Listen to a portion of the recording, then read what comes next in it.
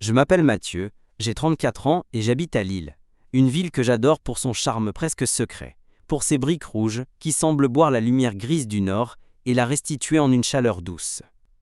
J'aime le son des cloches de Saint-Maurice, le parfum des gaufres qui flottent dans les rues piétonnes, cette vie douce et tranquille qui s'écoule sans heurts, du moins, c'est ce que je croyais.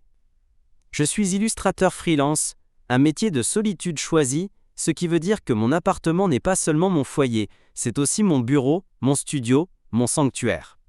J'ai passé des années à perfectionner cet espace, un petit cocon de 60 mètres carrés niché sous les toits d'un quartier habituellement paisible, où chaque objet a sa place, et où le silence est mon plus précieux collaborateur.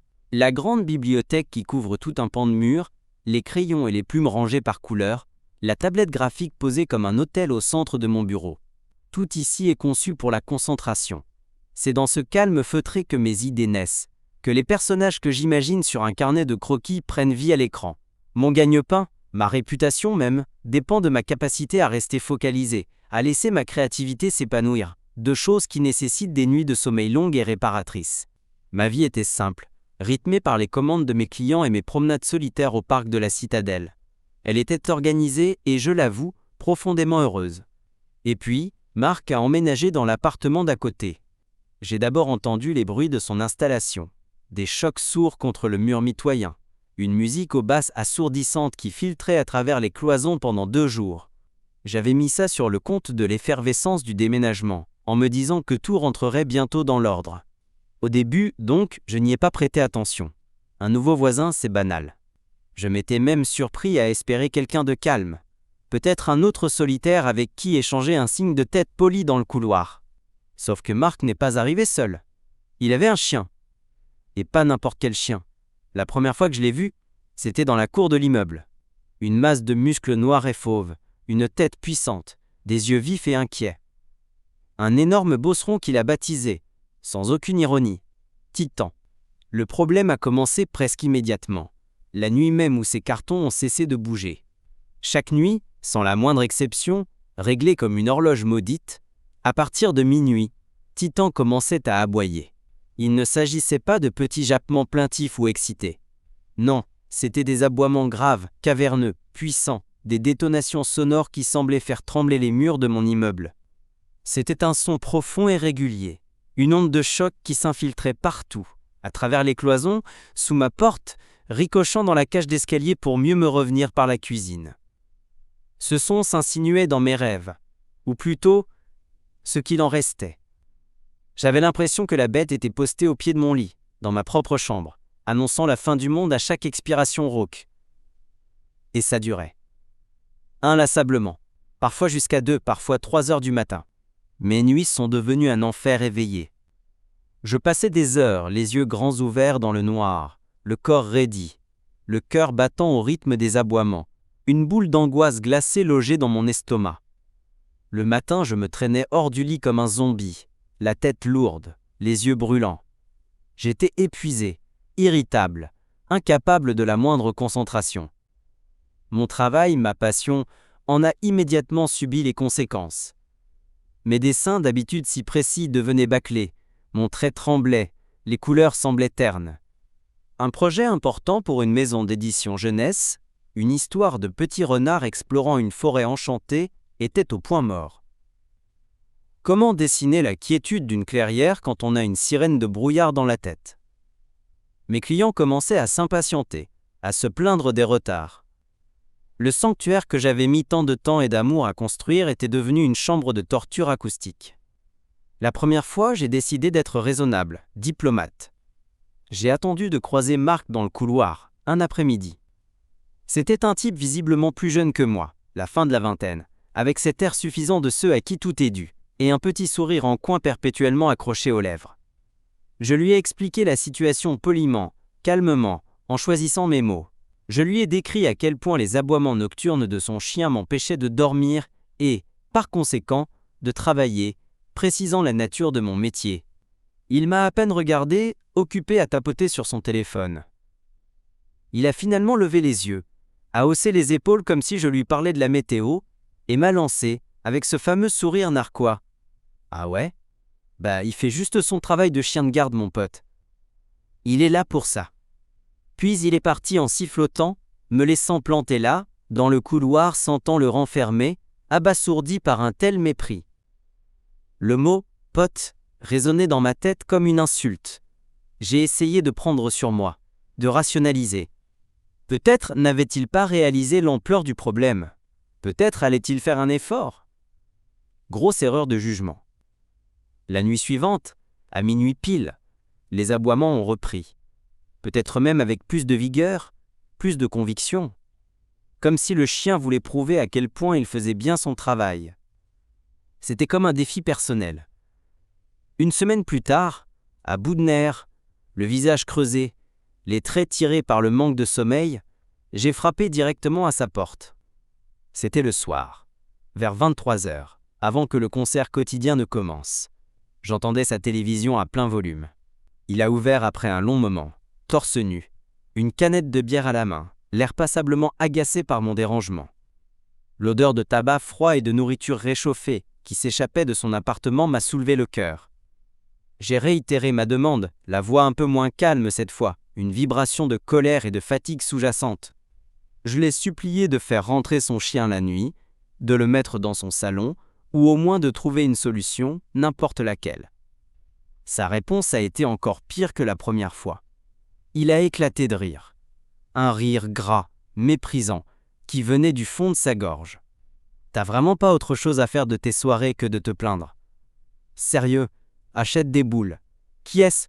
Le vieux. Le vieux. J'avais 34 ans. Le mépris s'était transformé en insulte directe. Gratuite. Il m'a claqué la porte au nez sans me laisser le temps de répliquer. Ce soir-là, en entendant les premiers aboiements de Titan résonner à minuit pile, précis comme une exécution, j'ai senti la colère monter en moi. Ce n'était plus de l'agacement ou de la fatigue, mais une rage froide, lucide et déterminée. J'ai tout tenté par la voie légale. J'ai appelé le syndic de l'immeuble, une dame débordée, qui m'a poliment renvoyé vers la police après m'avoir écouté d'une oreille distraite. J'ai appelé la police municipale, qui m'a expliqué avec une patience lasse que pour un simple trouble de voisinage, il ne pouvait pas faire grand-chose, à moins de constater le flagrant délit, ce qui était compliqué au milieu de la nuit, et certainement pas une priorité. Chaque porte se fermait, je me sentais complètement impuissant, piégé dans mon propre appartement, mon travail périclitait, ma santé mentale aussi. J'envisageais sérieusement de déménager, de fuir cet endroit que j'avais tant aimé, de capituler. C'est à ce moment-là, au fond du gouffre, alors que je fixais mon plafond une énième nuit, les aboiements de Titan comme une bande-son de mon désespoir, qu'une idée a germé dans mon esprit. Une idée simple, presque enfantine dans sa logique, mais potentiellement géniale. Marc avait dit que son chien faisait juste son travail. Très bien, alors j'allais faire le mien. Et mon nouveau travail consistait à rendre la monnaie de sa pièce, avec les intérêts. J'ai passé le reste de la nuit non pas à essayer de dormir, mais à me préparer. En tant qu'illustrateur, je suis assez à l'aise avec la technologie et le son. J'ai sorti de son étui un de mes vieux enregistreurs audio de très bonne qualité, un de ceux que j'utilise parfois pour capturer des ambiances sonores pour des projets multimédia. Je l'ai branché, j'ai vérifié les niveaux.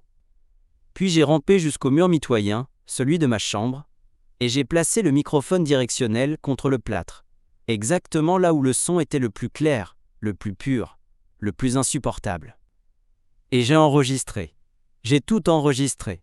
De minuit à 3h du matin, j'ai capturé chaque aboiement, chaque nuance de cette symphonie infernale. C'était une expérience étrange. En me concentrant sur la qualité de l'enregistrement, sur la saturation et la clarté du son, la torture devenait une mission. La colère se muait en une concentration froide. Le lendemain, après une courte sieste sur mon canapé, j'ai vérifié les horaires de mon cher voisin. Une petite observation discrète de ses allées et venues m'a appris qu'il travaillait de nuit dans une entreprise de sécurité. Il rentrait chez lui tous les matins vers 6h, visiblement épuisé de sa nuit de labeur, pour enfin trouver le sommeil. Quelle délicieuse ironie! Ce matin-là, j'ai attendu. À 6h05, j'ai entendu sa porte se fermer de l'autre côté du mur.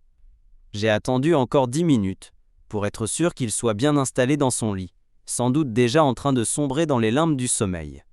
Puis, j'ai sorti ma plus puissante enceinte Bluetooth, un modèle conçu pour animer des soirées en extérieur. Je l'ai collée contre le même mur, exactement à l'endroit où je supposais que sa tête de lit reposait. J'ai connecté mon enregistreur. J'ai ouvert le fichier audio baptisé titan-concerto-nuit1.wav. J'ai poussé le volume au maximum et avec un sentiment de justice immanente, j'ai appuyé sur lecture. L'appartement a été inondé par les aboiements de Titan.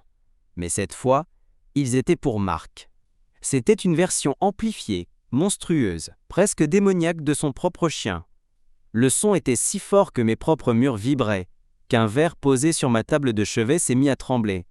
De l'autre côté, j'ai entendu un bruit sourd, comme si un oreiller ou un poing avait été jeté contre le mur, suivi d'un grognement de frustration parfaitement audible. Je n'ai pas bougé. Je n'ai pas crié.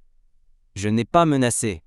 J'ai simplement mis mes propres écouteurs à réduction de bruit, lancé une playlist de musique classique et laissé l'enregistrement tourner, en boucle. Le concert a duré 1 heure entière. Puis j'ai tout éteint et j'ai profité du silence le plus total, le plus savoureux que j'ai jamais connu. Le jour suivant, j'ai recommencé. 6h15 du matin. L'enceinte contre le mur. Volume maximum. Lecture. Cette fois, j'ai entendu des insultes étouffées, puis des coups violents et répétés contre le mur. Je n'ai pas réagi. Je sirotais mon café, un petit sourire aux lèvres pour la première fois depuis des semaines. J'appliquais sa propre logique tordue. Son chien faisait son travail, et maintenant, l'enregistrement de son chien faisait le sien. S'assurer que personne ne puisse dormir en paix à côté. Au bout de 2 jours de ce traitement de choc, quelque chose de miraculeux s'est produit. Le 3e soir, 10 heures sont arrivées. Silence. 11 heures. Silence. Minuit. Un silence total, profond, magnifique. J'ai tendu l'oreille, le cœur battant, mais pas d'angoisse cette fois. D'espoir. Rien. Pas le moindre grognement. J'avais du mal à y croire. Le chien était à l'intérieur, muselé ou simplement calmé. Marc avait cédé. Depuis ce jour, Titan n'a plus jamais aboyé la nuit. Ma vie a repris son cours normal. J'ai rattrapé mon sommeil, retrouvé ma créativité et le plaisir de vivre dans mon appartement. J'ai même terminé mon illustration du petit renard avec une inspiration renouvelée. Quelques jours plus tard, j'ai croisé Marc dans l'escalier. Il montait, je descendais. Nos regards se sont croisés une fraction de seconde. Son habituel sourire narquois avait disparu, remplacé par une expression lasse et cernée. Il a baissé les yeux le premier, a marmonné un vague « Bonjour », presque inaudible, et s'est dépêché de passer, en frôlant le mur opposé comme pour garder ses distances. Il n'a jamais mentionné les concerts matinaux, et moi non plus. Il n'y avait rien à dire. Il avait compris. Je n'ai pas eu besoin de crier, de me battre ou de déménager. J'ai simplement utilisé son arme contre lui. Parfois, la meilleure vengeance ne consiste pas à élever la voix, mais simplement à trouver le bon son, à monter le volume et à appuyer sur le bouton lecture. Si mon histoire vous a plu, likez la vidéo et abonnez-vous pour écouter d'autres histoires comme la mienne.